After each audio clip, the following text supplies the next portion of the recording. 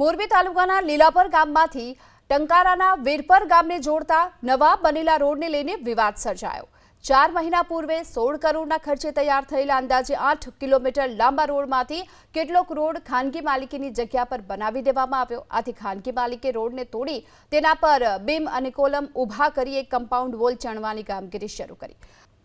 વીરપરથી લીલાપર જતા જે રોડ છે તે તોડી અને જે ખાનગી જે બાંધકામ છે તે કરવામાં આવી રહ્યું છે। જે કમ્પાઉન્ડ વોલ છે તે ચણવાની જે કામગીરી છે તે હાલમાં ચાલુ છે। હાલ તમે જે દ્રશ્યો જોઈ શકો છો એ વીરપરથી લીલાપર જતા રોડના જે દ્રશ્યો છે। આ રોડ અંદાજિત 4 મહિના પહેલાં જ બનાવવામાં આવ્યો હતો અને રોડ અંદાજિત 16 કરોડના ખર્ચે 8 કિલોમીટરનો આ જે રોડ બન્યો છે। પરંતુ વીરપર ગામ નજીક હાલમાં આ જે કમ્પાઉન્ડ વોલ બનાવવાની જે કામગીરી છે તે કરવામાં આવી રહી છે। રોડ તોડી અને આ જે કમ્પાઉન્ડ વોલ બનાવવાની જે કામગીરી છે તે કરવામાં આવી રહી છે।